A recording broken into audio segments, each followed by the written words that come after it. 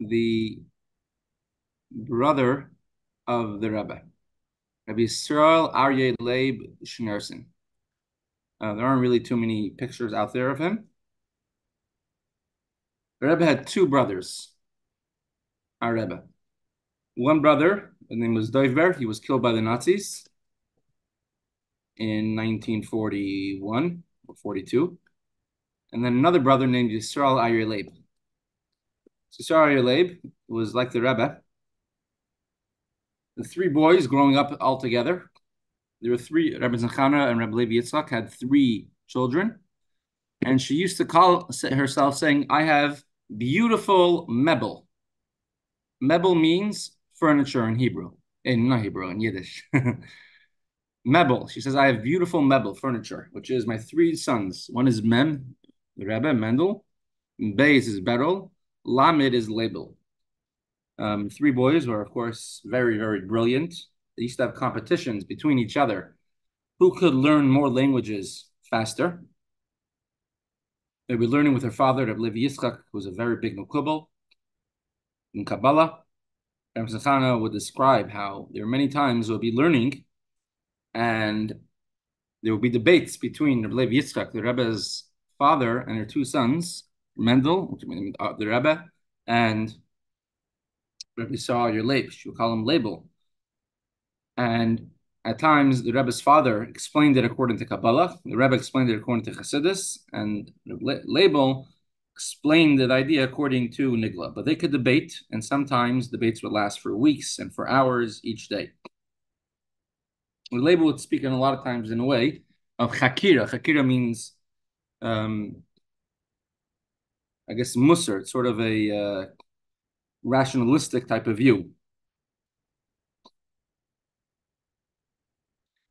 One time they had a very long debate between Ma and Ban. What are the levels of Ma and Ban?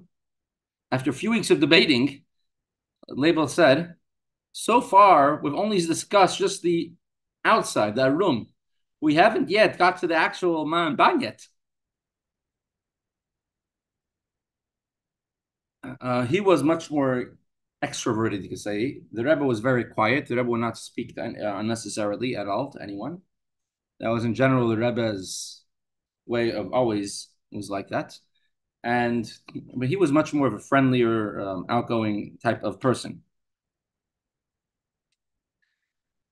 He grew up. He didn't go to a regular cheder. He was taught at home by his father. He went to a one-on-one melamed. When he would be learning, Rabbi Leib would be learning, he would be so engrossed he wouldn't notice at all what is going on. The one time Rebbe Simchana had a guest come into the house, and she says she wanted to show off her sons, and she says, "Look, I want to show you my son Label and my other son and the Rebbe. I want to show them to you." And she walked in and she started making noise, and the Label was learning, and there was no interruption. She went and she tapped him on the shoulder, nothing. She pulled his scarf. He had no reaction whatsoever. He was busy. He was engrossed in his learning. He was by the Frierdiker Rebbe several times. The Frierdiker Rebbe one time said a very deep mimer, and whoever said it either couldn't follow along or they were completely blown away by the depth of the mimer. And the Rebbe's brother was not shocked or surprised at all. Another time, the Frierdiker Rebbe said a mimer which seemed to be much more of a regular, the simple mimer for Balabatim. And the Rebbe's brother, Rebbe Label, was hugely impressed. And he says, such a mimer, wow, such a mimer, let's take mashke, let's make Chaim for such a mimer of the Frierdiker Rebbe. They thought he would explain what impressed him, but he didn't explain anything. He sat and he took mashke, and the more he drank, the quieter he became, and he started crying more and more. And the only words he said was, such a mimer, such a mimer. In the end, he just said one more line at the end of the whole night. What is all the haskala worth when there's no das? I'm not sure exactly what that means. He was born in the year 1906. There was a few years between every one of the siblings. The Rebbe is 1902, the Berel in 1904, and Rabbi Tzvi Leib was born in 1906, also in Nikolaev. He was born Chaf Aleph Iyar, 1906. He was named after his grandfather, Rabbi Yisroel Leib Yanovsky. He was 3 years old. He already started learning Mishnayos by heart. At the age of 3, um, he was able to be tested on many Mishnayos.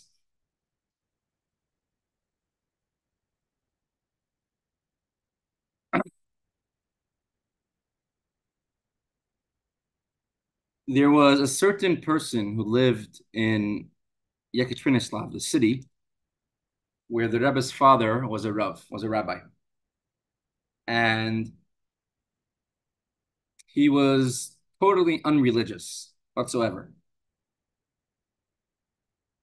This person was in college, and I'm not sure exactly how he got connected to the Rebbe's father, Rabbi Yitzchak, but from there, he became very devoted to the Rebbe's father. His name was Mordechai Garari. And eventually, he became a tremendously edel, a tremendously frum person. And he was in college. This is in the 1930s under communism, and he would in college not come on Shabbos. I was wear yarmulke and a beard, and although these were grounds for arrest, but he was such an advanced, smart college student that they sort of overlooked what he was doing. He was a very popular person. His name was Mark Garari. He got married. Leib Yitzchak was Misader Kedushin in his wedding. He had one son. While his wife was pregnant with their first child, an only child, one time he went swimming in the Dnieper River by the city of Dnepropetrovsk, and unfortunately he drowned. And he did not get to see his only son. His name was Mordechai, who was named after the father. Baruch Hashem, over the later years, became a Rav in Crown Heights, passed away during COVID. Mordechai Garari was a big Rav in Crown Heights. Now, the Rebbe Tzvi writes that at the funeral of this Mark Garari, the Rebbe Leib Yitzchak spoke, and there's a very large crowd because he was popular in the university. And he said that she never saw her husband, Rebbe Leib Yitzchak, speak so passionately about how he devoted his entire life to Yiddishkeit, and he started not working on Shabbos, and therefore everyone should do something for his neshama. Stop going to shul on Shabbos. Stop going to university on Shabbos. Start going to shul on Shabbos. Stop eating not kosher food. And to say all of this in public with such passion was, of course, unheard of under communism, where they're going around closing shuls, arresting rabbanim. Eventually, the Rebbe's father would be arrested and die in prison. And there was a huge crowd, and she wanted to say in the message to her husband to stop, but she saw her husband was in such a passion that she wasn't able to stop. She wasn't able to stop Rabbi Yitzchak. And Baruch Hashem, she says there were no negative repercussions from the story. Now, this person who passed away, his name is Mordechai Garari. Mark Garari, now that he passed away, and the Rabbi Tzvi Leib, he had friends who were on the wrong side of the law, you could say. Doesn't take much under communist Russia, communist Ukraine, same idea. He had friends who were, they were arrested, and he realized that pretty soon, sooner or later, they're going to come for him as well. And he had to escape. So he took the papers of his friend, Mordechai Garari, Mark Garari, and he used those papers to leave Russia because the name Schneerson was a no-no. This is only several years after the Frierdiker Rebbe was arrested, sentenced to death. Miraculously, with international pressure, Frierdiker Rebbe was saved. But they were arresting anybody with any connection to Schneerson, with the name Schneerson. He could be called the Schneersonite. So he couldn't leave Russia with the name Schneerson. So he used the name Garari. So from then on, he would use a legal name, Mark Garari. And he managed to leave Russia, and he once again met up with his brother. This is in 1930 or 31. He met up with his brother, the Rebbe, in Berlin, and he met up with the Frierdiker Rebbe again, but he didn't make it to the Rebbe's wedding in 1928. There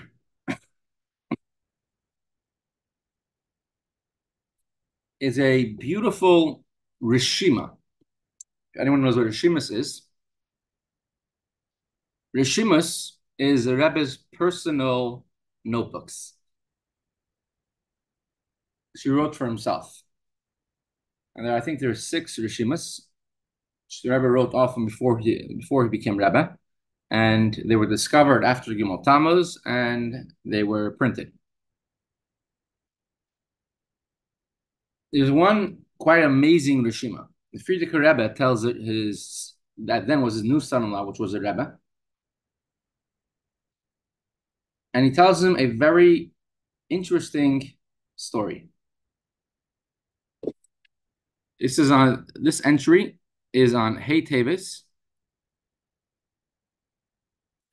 1927, I think, or 1928. The Rishima of Aryeh Leib. The Frierdiker Rebbe tells the Rebbe that many things are net of Hey Tevis Tafresh Peites, 1928. The Rebbe got married just about 3 weeks before this. The Rebbe is a new son-in-law of the Frierdiker Rebbe. They are then currently in Riga, Latvia. And the Frierdiker Rebbe tells him that I had a vision last night. And he says, first of all, you should give me a kiss. And then let me tell you the vision I had last night. So the Rebbe gave the Frierdiker Rebbe a kiss, and he says, last night I saw my father, the Rebbe Rashab, and he was in a very, very good mood, very happy in a vision. And he says, I've not seen my father so clearly since Tafresh Samaches, since 1908. I mean, the Rebbe Rashab passed away in the year 1920. In the year Tafresh Samaches, 1908, he was still alive. And he says, I have not seen his face so clear since then.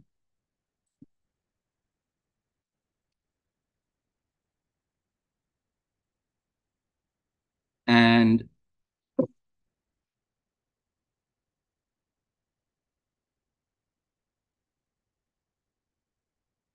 he says, I saw many lights of a big city. I don't know exactly. There are many lights in a big city. I don't know which city it was. And I saw you there, and I saw your brother there. I saw your Leib.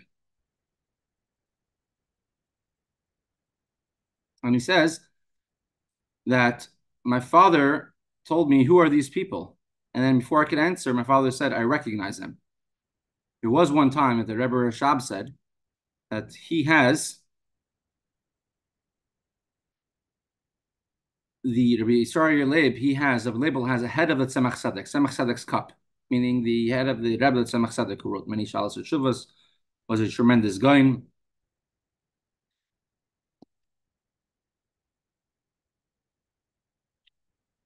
And he says, I want to give you regards from your brother. He says, the Rebbe Rashab said a certain mimer, and he says, you could tell your brother about it. At this point, the Yisroel Leib was still in Russia. He was stuck in Russia. But the Frierdiker Rebbe was saying how he saw a vision of how he was there with the Rebbe Rashab at a mimer.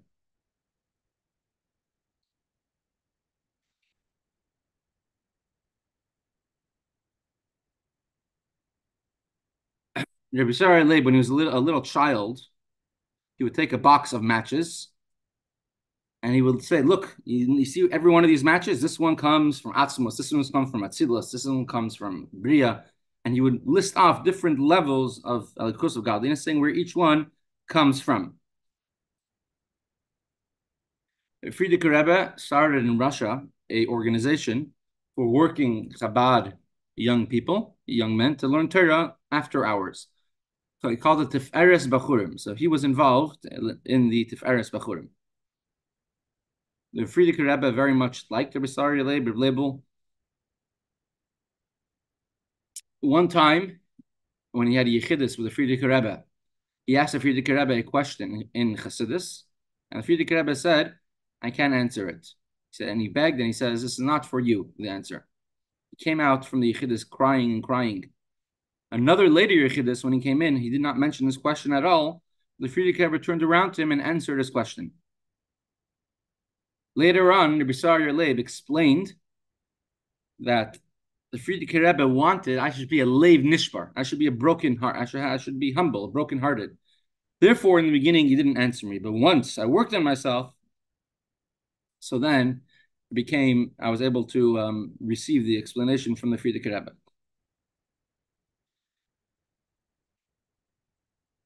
Well, he left Russia in 1930 with the papers of Mark Harari, and he came to Berlin, but he kept the name Mark Harari for the rest of his life, whether he was in London or Eretz Yisrael. He came to Berlin. He went to university in Berlin for 3 years. He became sick with typhus over there, and the Rebbe and the Rebbetzin helped him, to nurse him back to health. It was later on when the Nazis came to power, and the Rebbe and Rebbetzin left Germany, but Yisroel Leib was still in Germany, and they needed papers to get him out. So the Rebbetzin, Chaim traveled back to Germany. In the beginning, the Rebbe wanted to travel back to Germany to help get him out.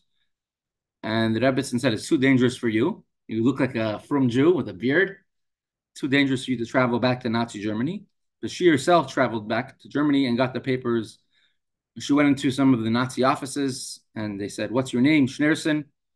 What's your maiden name? Schneerson. What's your father's maiden name?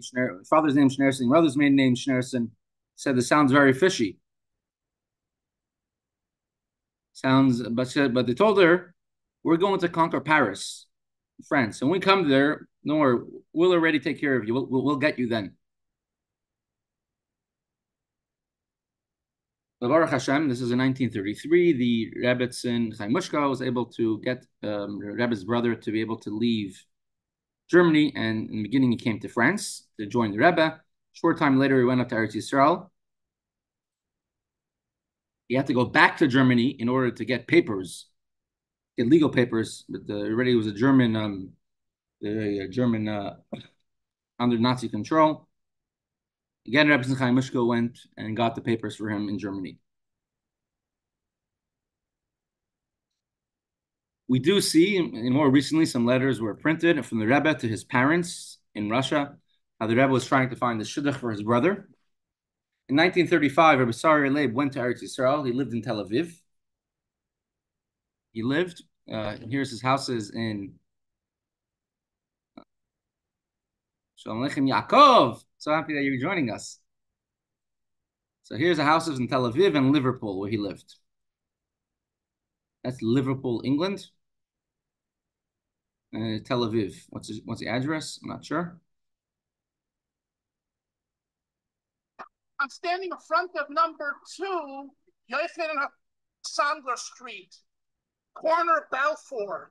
This was the building, either this one or the next one. One is number 2, one is 2A, that the Rebbe's brother, Yisroel Aryeh Leib, actually lived here on the 2nd floor. And this is a very old building that means he probably was here at the end of the 30s into the 40s. And you could see it's an old building. He lived here. And I showed you in the first clip where he worked, which is only about 4, 5, 6 blocks from here. Thank you. This is a beautiful area. Thank you. That's his place in Tel Aviv. He lived in Liverpool, England later on. We'll get to all these stops later on. Sandler. And look at. For a short time, the Rebbe's brother had a clothing store in Tel Aviv. I'm standing here at number 3, Nachlas Binyamin in Tel Aviv. This is the building. See the old facade over here. Look at the old facade. This is where they say the Rebbe's brother, Rabbi Yisroel Aryeh Leib, had a store over here, somewhere in this building. And it's he was here from the 30s and through the 40s, and he worked over here. And he also worked later as a librarian and in a bookstore. But this is the This is not today's store, but it was a store in the past. So we'll get back to all of this soon, Mirza Hashem.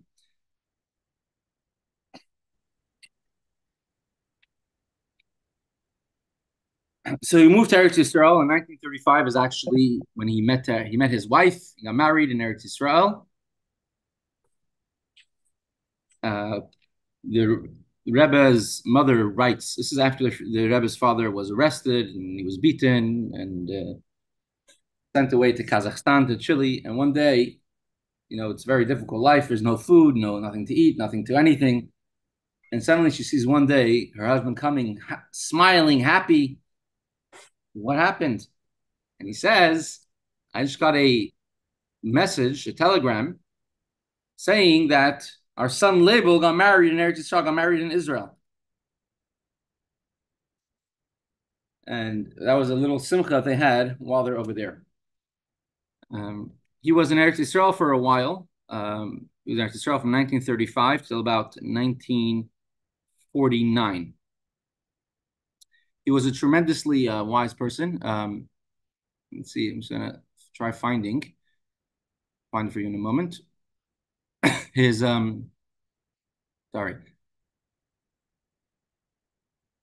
One of his papers that he wrote. But it seems like he never really had much of a parnasa, much of a livelihood. The Rebbe would try sending people to help him. He was connected with some of the Chassidim over there in Tel Aviv, and not all of them, but some of them. Him and Menachem Goldschmidt, a friend of his from a young child, they would be sitting and they would be learning for many, many hours together. And he said they used to learn in a very unique way. They used to sit down across from each other and not talk to each other. A very unique way of learning.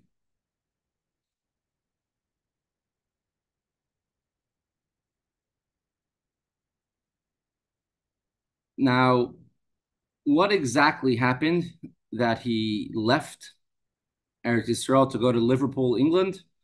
He went to the University of Liverpool, either to learn or to become a professor. What exactly? His family joined him, and they went to stay in Eretz Yisrael. And what exactly happened? There's different girsais, different versions of it. One version of it is that there was one of the early members of the Knesset. His name was Yonah Kesseh. And he knew Rebbe Leib, the Rebbe's brother, knew him very well because they grew up together in Yekaterinoslav. And he told the head of the prime minister, his name is David Ben Gurion, he told him about his friend Rebbe Leib, and he says, I would suggest you take someone like him and let the state sponsor him and let's let him learn outside of Israel in certain fields that they wanted them to learn. So the government, it was one who paid for his ticket and to go to London, to go to Liverpool.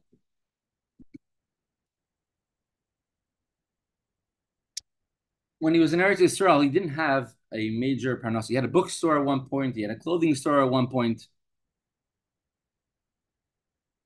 One time he meets his friend, Yonah Kesseh, who's a member of Knesset, meets him on the street, and he says, how are you doing? How's your work going? And he says, he looked down at the ground and he says, I sent to the British Atomic Commission, I sent them a long paper that I wrote. And they gave me an invitation to come and visit them based on this paper. So he came there and they accepted him. So he was a member of the faculty and he was also learning at the same time. And he never went officially to learn these topics. So what exactly did he work on over there? So some of the things he said are either classified. Maybe he worked. It looks like David Ben Gurion was trying many different ways to get the atomic bomb for Eretz Yisrael. Maybe it was connected to that. Because at one point, the Aryeh Leib also worked in the Weizmann Institute in Eretz Yisrael. Yeshaya Sher, who's also a member of the Knesset, he says that he said openly in 1969 that Ben Gurion sent the Rebbe's brother, Aryeh Leib. He was one of the important people that he sent to England in regards to trying to get an atomic bomb. So seemingly that's the reason what comes out after all this, why he suddenly went to England after all these years. But he was only in England for 2 years, from 1950 or end of 49 till the year 1952, where he suddenly passed away. We don't know of any research or any papers in regards to any atomic energy that he did. Most of it we still don't know. What he did in Machon Weizmann, we still don't know what he did. Could be these are private things. We don't know exactly what happened. There is a very interesting video of Professor Rosenblum. I'll bring it up over here. It's a Farbrengen of the Rebbe in the year 1975. When I was in yeshiva in Toronto, we used to go visit Professor Paul Rosenblum. He was, I don't even know what type of mathematician, but some big type of mathematician. He was a Baal Tshuva, Mikuravim, a Mikurav of the Fellers in Minnesota. The Rebbe gave Rabbi Feller and Mrs. Feller a special shlichus in Minnesota to reach out to the university professors, the university faculty. And after Rabbi Yisroel Leib passed away at a very young age, right? He passed away in 1906, passed away in 1952. It means he was 46 about when he passed away. The Rebbe decided to keep it secret from his mother that the brother passed away, because she already went through so much hardship. She was with her husband when he was arrested, and when her husband passed away in Kazakhstan and Chile. Her other son, Beryl, got killed by the Nazis while they left him at home while she went to her husband. He was killed by the Nazis. She managed to, Baruch Hashem, escape Russia with false papers. The Rebbe brought her to America, and the Rebbe felt that it would be too much for his mother, for his mother to know that her son, Leib passed away. Now, he never saw his mother from the time he left Russia. For 29 years, it seems like he never saw his mother. From 1930 and onwards. Because he was first in Europe. When she left Russia, he was already in Eretz Yisrael. And she came to America in 1947. At that point, he was still in Eretz Yisrael. He came to England in 1950. And he was planning at one point going to see his mother in America, but that never happened. Passed away suddenly from a heart attack. He used to write letters to his mother. He used to send pictures of his children. And when he passed away, the Rebbe said the Rebbe did not want his mother to find out that her son passed away. And to do that, in order to accomplish that goal, the Rebbe did many deceptions from his mother. Every single, and my mother's father, Beryl Yunik, he was very involved. 1952, the Rebbe got him involved in doing many of these things. Some of the things that happened were that the Rebbe had a custom, as long as his mother was living, till she passed away in 1965, to visit his mother every single day. During the time that the Rebbe was sitting Shiva for his brother, the Rebbe would visit his mother every single day as regular. But the Rebbe didn't want to spend much time there because the Rebbe was sitting Shiva and she shouldn't notice anything she's very perceptive. She shouldn't notice anything untoward. So he would walk to visit his mother, and he would tell my grandfather, wait about at the corner, there was a payphone, wait about 2 minutes till he'll walk in, and then call her house on the phone. And so that's what he would do. He would stand by the corner, and as soon as the Rebbe would walk in, she lived on a third floor of a building. The Rebbe as soon as Rebbe walked into his mother's house, he would call from the corner, and the Rebbe would tell her, "Oh, the phone is ringing. Speak, speak on the phone. I'll see you tomorrow." So she picked up the phone, and he didn't know what to do. He put down, and he did that every single day. And the Rebbe Zechana said something strange. Every single day, someone is calling me right when you walk in. Back then, shiva shoes, you can't wear leather shoes. The only shoes were sneakers, which were all white. No black sneakers, no other non-leather shoes. And he didn't want his mother to notice the shoes that he's wearing. So my grandfather took paint and he painted, or shoe polish, I think, and he painted the Rebbe's sneakers black that the Rebbe Zechana should not notice. Another thing, any mail which came, the Rebbe would tell her grandfather, open up the mail and bring it to me first before the Rebbe would always bring the mail up to his mother when he would visit her. And the Rebbe says, bring the mail to me and I'm going to go through it. I don't want anybody telling her the news that her son passed away. And the Rebbe instructed him even how to open up the letters. A letter that's sealed, you use steam, you can open it up. Later on, you could close it. And the Rebbe would make sure that nobody would inform his mother. The Mashpia in Montreal is Mitchell Meir Garari. He was walking with a friend of his. And he was a 12-year-old boy, but his father was Zalman Garari in the Rebbe's close circle. And so he's telling his friend that they're walking far down Eastern Parkway, close to Grand Army Plaza. He tells him, I have a secret to tell you. The Rebbe's brother passed away. And later on, his father, or later on that day, got a phone call. Basically, the Rebbe wanted to see him. And he says, you should tell your son to be more careful of what he says. How did the Rebbe know that two boys are having a conversation way down Eastern Parkway? I don't know. But the Rebbe's Ruach HaKodesh is not a question. So Rebbe Zechana did not find out. And there was one time, actually, Rebbe Zechana told my grandfather, he says, I'm very worried about my son.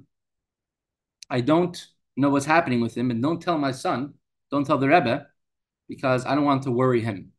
But from her diaries that were recently published, seems like she did not know her entire life. She told the Rebbe once, I have not received any letters from my son, from Yisroel Leib. What's happening with him?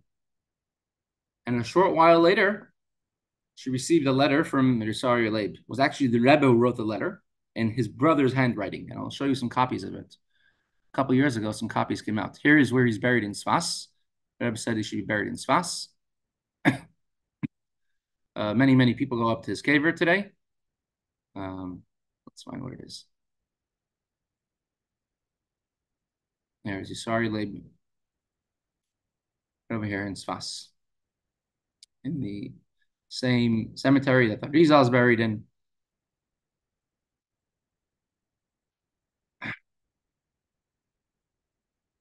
So here are some copies of letters that Rebbe Zechana received.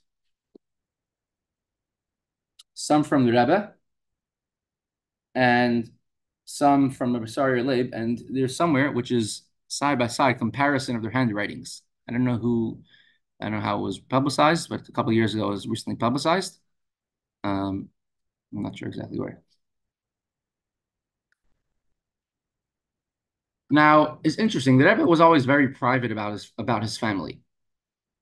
The Rebbe didn't talk much. Only in later years, the Rebbe started talking about his brother, and at even a later point, oh, here it is.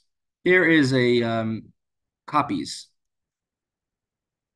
These are letters that Rebbe Zechana received. At one point, the Rebbe Zechana told my grandfather, she says, I received a letter from my son Leib, meaning a letter from the wife, Leib's wife, and then afterwards there will be a postscript from him.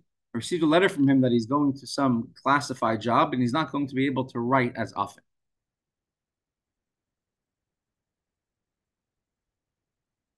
So here are some of the Rebbe's handwritings where he would write to his mother, Rebbe Zechana, signing his brother's name. I think it's side-by-side comparison of his handwriting and the brother's and the Rebbe's handwriting. I think are side-by-side comparison, but they're quite similar. In the year Tashunun Aleph, 1991, the Rebbe, on the Yud Gimel year, the Rebbe said a Sikha, which is today. The Rebbe spoke about the significance of his brother Yisroel Leib. So 1991, many, many years later, almost 40 years after his brother passed away, first time the Rebbe really spoke about his brother in public. The Rebbe said, my brother was a very private individual, but since every Jew is connected to everyone else, therefore we could learn some lessons from him as well. First, his name is Yisroel. Yisroel is Jewish people, which is entire, means you're connected to the Jewish people. Yisroel stands for Yesh Shishim Riboy Oisis La Torah. There's 600,000 letters of the Torah. There's 600,000 Jews who left Mitzrayim, and each person has a letter in the Torah. And so every Jew today is connected to one of those souls. Every Jew has a letter of the Torah, and the Torah gives life to every single Jew. Yisroel also comes from the word li rosh, or sarisi melikim. I have won. I have won over angels. I've prevailed over people, meaning that I go to war with others, and I win over them. I prevail over them. So it's a little bit different than the first thing. The first thing is Jews' connection to the Torah is Yisrael. Here, the second one, Yisrael, is fighting with others. So Jew has to realize, the answer is that we're always connected to the Torah. Everything we do must go according to the Torah. The ultimate goal is to apply the Torah into every single moment of your life. So not to separate oneself from the world in order to get closer to Torah, but to bring the Torah into every single aspect of the world. And sometimes you'll have to be sarisi. You have to have arguments, fights. Means that there's sometimes opposition stopping a Jew from trying to learn. It could be someone Esav, Lavan, Reisi, something or anything like that. It could be something spiritual, stopping a person from being connected to the Torah. But if you use every single thing in the world to connect to Torah, and you don't compromise on anything, then even the nations of the world will be sarisi. They will subjugate themselves to a Jew who keeps Torah. His second name was Aryeh. Aryeh means a lion. He says, heavy as person should be fierce as a lion. Gibor Ka'ari, to do the will of your Father in heaven. You have to, that's the second name, Leib. We can learn from there to, in every single thing, to do things with a very strong way, to go in the way of Hashem. His last name is Leib. Leib is Yiddish for lion. It also comes from the word Leib, which means heart. But it also has a Yud, which brings out the 10 kochos and nefesh, 10 powers of the soul. And it's a lot of times spelled with 2 Yuds, which is the 2 names, Yaakov and Yisrael. You bring out the higher level, Yisrael, and the lower level of Yaakov. He passed away on Yud Gimel Iyar. Yud Gimel is 13. Echad, like Hashem Echad, is a gematria of 13, which is the idea of revealing the oneness of Hashem.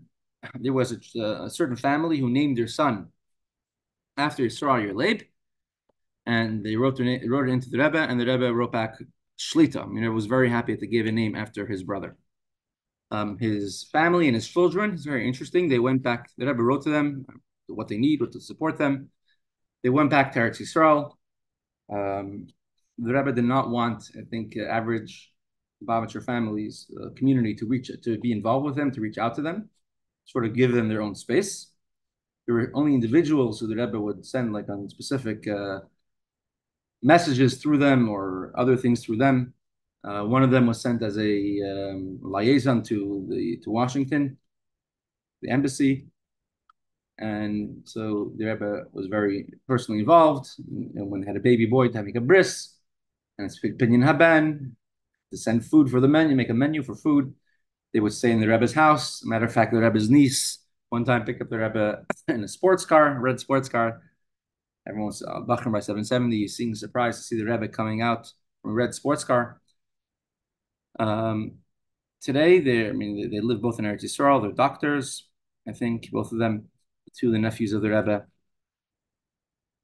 They're very proud that they're the nephews of the Rebbe. These are Yisroel Aryeh Leib's children and grandchildren. So there's I'm just trying to find the video of Professor Paul Rosenblum.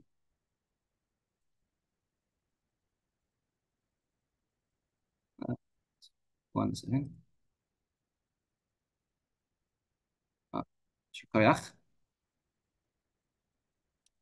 I used to visit him when he was in the in like a assisted living when he was in Toronto. I used to put on tefillin with him. He was so happy that we will come. So he was originally in Minnesota. And he lived in Toronto for many years. I see over here, Paul Rosenblum. So here's in 1975. He actually passed his yard site is on Lag BaOmer, or at least his levaya is on Lag BaOmer. It's coming up nowadays. Because remember, on Lag BaOmer, we went straight from his levaya, and we went from there straight to the Lag BaOmer parade. I remember that. It's like a big contrast going from a levaya of Professor Rosenblum, Paul Rosenblum, saying he was buried in the Lubavitcher Cemetery and all, and from going straight from there to a big Lag BaOmer parade. Let me just bring it up on a video, a very interesting video, where he's by a video. Here, let me go back to share it. Back to the Zoom. Share.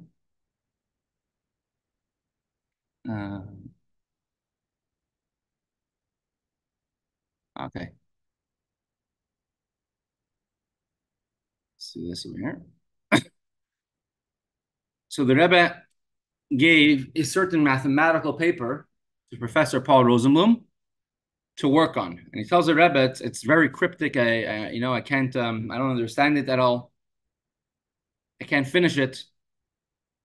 So then the Rebbe tells him, I had a brother who passed away 10 years ago, and he was the one who wrote this paper, and I'll be very happy if you do it, and I will pay you for it personally. And if you could do it or supervise someone to do it, I'll be very happy. Then he realized, okay, Rebbe, I'll do it myself. What's interesting, this is 1975, this Fabrengen. The Rebbe's brother passed away in 1952. So why is the Rebbe saying my brother passed away 10 years ago? It's interesting because, as we said, the Rebbe kept his brother alive till 1965 in letters to his mother. So only after his mother passed away in 1965, it seems like the Rebbe is actually counting from his brother passed.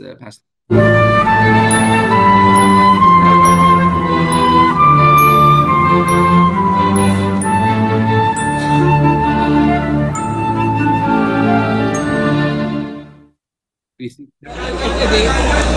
The paper that you sent me. Yeah, the gem, yeah. Yes. What is your opinion about it? It has material which is worth publishing. What publishing? It has some things in it which is worth publishing, but it needs some revision. It needs an introduction, it needs references. The manuscript is not complete because it mentions some things which are not in the manuscript. But he is deceased. The author Oh, that means if something can be done by someone else. yes, but and then someone like myself would have to do it, I suppose. This is someone that will do it for his big job. I'll be very glad to convert to someone capable can complete it, and then you maybe supervise his work. See, I don't know if you have time enough and more than this, your time is valuable. But if you can find someone who and I will gladly pay you, that will only supervise it, then I'll be very glad to do so as on a priority basis. well, this is all you have from him. I see, because you mentioned some other things. But that's about nothing left. I see. And he's dead 10 years ago. 10 years ago. Approximately. I see. Well then, I can do it myself because I've been working in this report. I thought it might be of some use to me. But it will be of use to me. So I was not willing to tell you who is the author, not to influence you. Yes. But it is written by my brother. I see. I had a little brother, he was younger than I am, he is dead 10 years ago. And that is the only thing left of him. I see. Evidently, he had to work independently and he didn't have any access to any library. No. That was obvious. He was an independent character, was not willing to look in anything, to write all on his own. And only after that he was looking in a reference to someone has explained something. I see. He was very jealous about his independence. And because of that, the references are mounted and moved in the underling. I see. But I'll be very eager, very happy if it sends a printer and if something must be done to complete it. I'll be very glad to take someone for his time. If you supervise it, you know that you're done. Well, I do it myself. You have time enough. Because they have not a dime, then I'll give an additional cent. Thank you very much. Yes, that's Professor Rosenwald. He had a very special relationship with the Rebbe in that he would always bring to the Rebbe every year for the Rebbe's birthday another mathematical problem that he would come up with. You bring it to the Rebbe would look at it, and the Rebbe would, in a few moments, the Rebbe would give him the answer. And he always sent to the Rebbe every one of his new papers that came in, that he wrote, that it came, all his research. And when the Rebbe gave this to him, he couldn't understand it. Now, I did see the printing of this paper. I was trying to find the link, but leading to tomorrow, I'll post it up at the beginning. I don't understand a single thing that's going on over there. Something with eigenvectors, all mathematical things. But so that's what today's show was about. The Aryeh Leib, meaning is the yahrzeit. It's supposed to stand for us. We should only have simchas, and we should continue seeing miracles from Hashem.